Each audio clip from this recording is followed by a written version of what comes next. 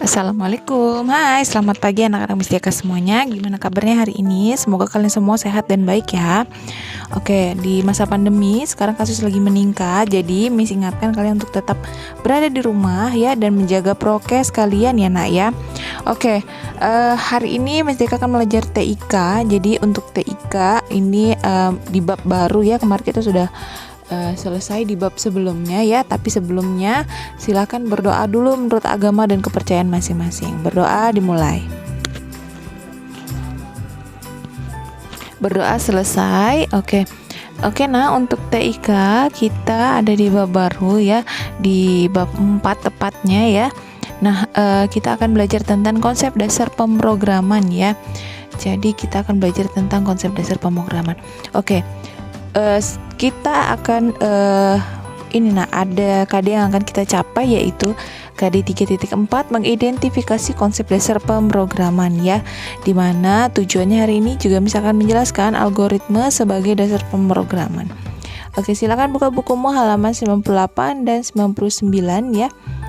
Nah, di sini ada algoritma sebagai dasar pemrograman. Nah, kamu telah mempelajari tentang perkembangan komputer pada bab sebelumnya dan dampaknya juga bagi kehidupan masyarakat. Nah, perangkat keras komputer tidak dapat bekerja jika tidak dilengkapi dengan perangkat lunak ataupun program ya. Oleh karena itu, peran pemrograman sangat penting dalam perkembangan teknologi komputer. Nah, apakah kamu masih ingat apa yang dimaksud dengan pemrograman? Iya, pemrograman adalah proses menulis, memperbaiki, dan juga menguji program ya. Sedangkan programmer atau pemrogram adalah orangnya yang melakukan pemrograman. Oke. Kita langsung saja ke bagian 1, algoritma. Algoritma itu sendiri apa sih? Algoritma adalah urutan langkah-langkah untuk melakukan kegiatan atau menyelesaikan masalah ya. Dalam pemrograman dikenal istilah algoritma. Yang dimaksud tadi dengan algoritma itu tadi adalah urutan langkah-langkah untuk melakukan kegiatan atau menyelesaikan masalah ya. Nah, tahukah kamu bahwa algoritma pun dapat ditemukan dalam kehidupan sehari-hari? Nah, algoritma tidak hanya digunakan dalam pemrograman komputer. Di dalam kehidupan sehari-hari pun ya, kita tuh bisa loh menggunakan algoritma ini untuk menyelesaikan suatu masalah. Contohnya apa? Contohnya adalah langkah-langkah untuk membuat misalnya origami dari bunga dari kertas ya, origami bunga dari kertas berwarna ya. Kemudian misalnya juga ada resep untuk membuat kue bolu ya. Terus kemudian resep untuk memasak juga ya, masak sayur apa gitu ya, bisa juga ya kan. Nah, langkah-langkah dalam menyelesaikan soal matematika itu juga termasuk ya. Atau contoh lagi misalnya langkah-langkah menggosok gigi atau langkah-langkah mandi gitu ya, bisa juga. Atau mencuci muka itu bisa juga ya. Nah, misal contoh langkah-langkah dalam menggosok gigi. Ketika kamu menggosok gigi, kamu perlu mengikuti aturan atau langkah-langkahnya kan. Nah, dalam menggosok gigi kan kita nggak bisa asal ya nak ya, kita pasti ikutin langkah-langkahnya. Nah, langkah-langkah tersebut harus dilakukan dengan tepat agar gigi kita itu bersih dan nggak bolong gitu ya. Bayangkan jika kamu menggosok gigimu sebelum mengoleskan pasta gigi pada sikat gigi, apakah gigimu jadi bersih?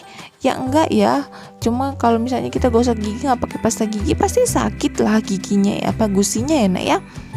Nah, bagaimana jika kamu nggak berkumur misalnya setelah gosok gigi? Ya pasti penuh busa ya nak ya mulutnya ya. Nah, itu makanya perlu ada namanya algoritma atau langkah-langkah dalam melakukan kegiatan atau menyelesaikan masalah. Oke, perhatikan contoh di sini. Di sini adalah algoritma dalam menggosok gigi. Yang pertama, oleskan pasta gigi ke sikat gigimu. Itu aturan yang pertama. Kemudian setelah dioleskan pasta giginya, sikatkan ke seluruh permukaan gigimu ya. Ya, tapi biasanya kita kasih air dulu mulut kita biar basah ya nak ya. Nah, setelah disikat ya seluruh permukaan giginya, kamu berkumur dengan air biar busa-busa dari pasta gigi tadi itu bisa keluar dan bersih gigi kita ya. Kemudian kalau sudah, jangan lupa bersihkan sikat gigimu ya, disiram pakai air ya. Kemudian kalau sudah, letakkanlah sikat gigi dan pasta gigimu pada tempatnya ya. Itu tadi adalah contoh algoritma dalam kehidupan sehari-hari. Bisa nggak kalau kalian buat misalnya langkah-langkah dalam menyapu gitu, bisa nggak? Bisa dong, ya kan? Nah, itu ada algoritmanya dalam kehidupan sehari-hari. Nah, algoritma juga dalam ilmu komputer ini adalah urutan ya langkah atau proses dalam suatu program komputer. Nah, biasanya sebelum membuat program, programmer ini harus merencanakan apa yang ingin mereka buat. Misalnya, programmer menulis algoritma untuk memerintahkan komputer melakukan sebuah tugas. Jelas urutan langkah-langkah yang ditulis dalam algoritma dalam komputer juga harus tepat ya nak ya. Jadi memang kalau buat algoritma ini harus pas gitu ya, untuk harus sesuai juga dengan apa yang kita ingin perintahkan ke komputer tersebut ya. Nah, jika tidak, program ini nggak akan bekerja dengan baik ya. Makanya penting banget buat algoritma yang pas dan sesuai. Algoritma dalam komputer juga harus ditulis sedetail mungkin. Agar apa? Agar komputer tidak melakukan kesalahan dalam menyelesaikan masalah yang kita berikan. Misalnya dengan membuat rancangan algoritma terlebih dahulu ya, programmer ini dapat mengurangi kesalahan dan membuat program yang efektif. Nah, setelah programmer menuliskan algoritma, ia dapat melanjutkan ke tahap selanjutnya, yaitu menyusun kode menggunakan bahasa pemrograman. Contoh nih, ya kalian bisa lihat di buku kalian ya. Itu yang pertama kita menulis algoritmanya dulu. Kemudian setelah itu menyusun kode dengan bahasa pemrograman, kemudian kompilasi atau penerjemah ke bahasa mesin, kemudian baru terakhir komputer akan memahami dan menjalankan perintah. Nah, itu tadi contoh ya nak ya, dari algoritma sendiri ya.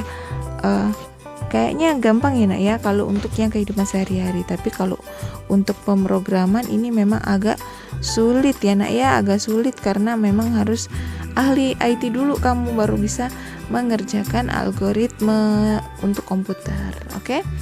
Nah, apa yang Miss jelaskan ini paham ya nak ya? Nah kalau sudah itu tadi penjelasan dari Miss Deka ya, semoga menambah pengetahuan dan wawasan buat kalian semua ya. Terima kasih sudah menonton video dari Miss Deka ya, video penjelasan tentang TIK ya nak ya, tentang TIK. Semoga ya setelah ini lebih paham lagi gitu ya. Oke. Nah, untuk tugas, karena kalian harus ke ruang komputer karena kalian lagi daring, nggak bisa juga. Yang punya laptop boleh belajar, tapi nggak perlu dikumpul ya. Kalian coba-coba aja buat urutan kayak yang ada di contoh tadi. Kalau yang nggak punya ya udah nggak apa-apa, nanti bisa lihat-lihat di YouTube. Oke, sekian dari Miss Deka. Sampai jumpa, bye-bye.